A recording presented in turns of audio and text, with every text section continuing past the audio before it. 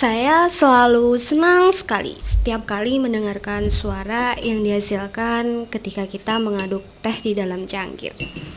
Rasanya tuh seperti mendamaikan banget.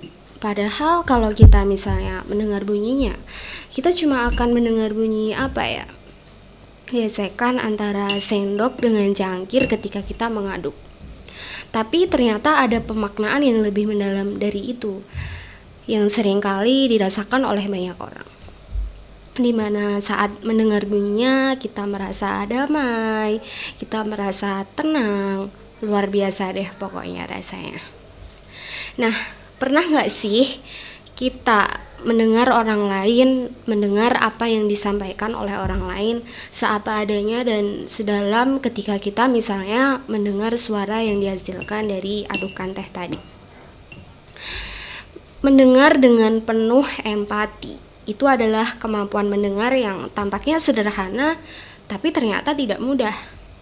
Mendengar dengan penuh empati itu kita bukan hanya mendengarkan konten yang berisi informasi dari apa yang disampaikan oleh orang yang sedang kita dengarkan, tapi kita juga mendengarkan konten emosinya. Kira-kira apa ya emosi yang tersirat dari kata-kata yang disampaikan olehnya?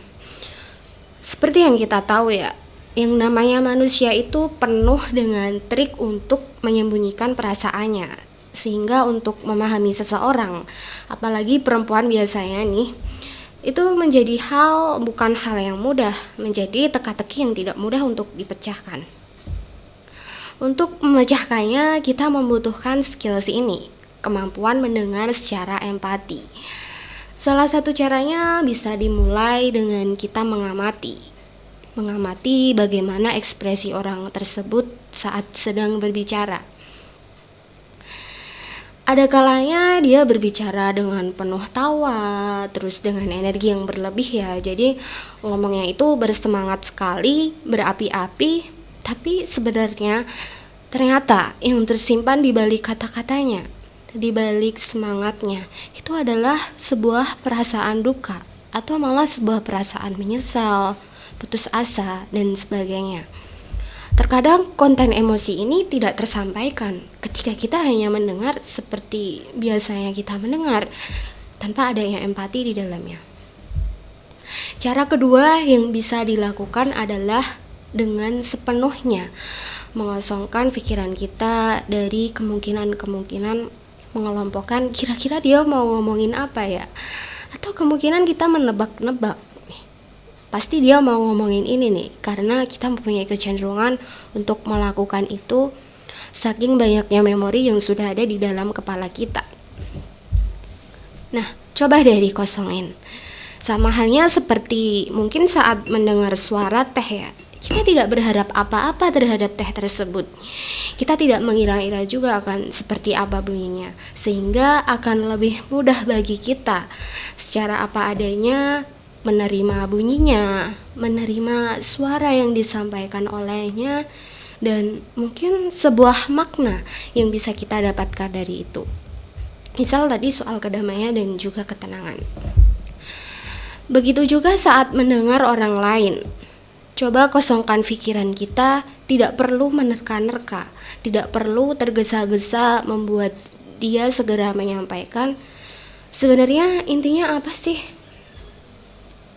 Nah, sekarang mari beranjak ke strategi ketiga untuk mendengar secara empati. Seorang tokoh psikologis humanis, Carl Rogers, itu meyakini bahwa setiap orang itu memiliki kebutuhan untuk didengar. Sangat ingin untuk didengar. Maka untuk bisa mendengar orang lain dengan cara yang empati, cobalah kita mendengar mereka sebagaimana kita mau didengar sama orang lain. Biasanya gimana sih kita mau didengar sama orang lain? Pastinya kita mau didengar tanpa adanya penilaian dari orang lain. Pastinya kita mau didengar sepenuhnya, di mana tidak ada embel-embel mereka mendengar kita hanya supaya mereka dapat membalas perkataan kita. Kita hanya didengar sepenuhnya, di mana ya kita didengar untuk dipahami. Nah, cobalah kita menjadi wujud pendengar yang seperti ini, di mana kita mampu tadinya ya mengosongkan pikiran kita, memperhatikan ekspresi mereka, melihat poin-poin tertentu yang sangat bermakna dari informasi yang disampaikan. Dan juga yang terakhir adalah mendengar tanpa adanya penilaian, di mana mendengar untuk dipahami.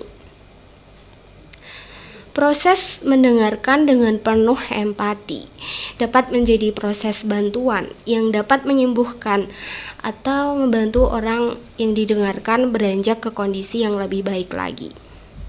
Jadi, yuk mulai mendengar dengan cara yang empati sehingga kita turut berperan membantu orang lain menjadi lebih baik lagi dari sebelumnya.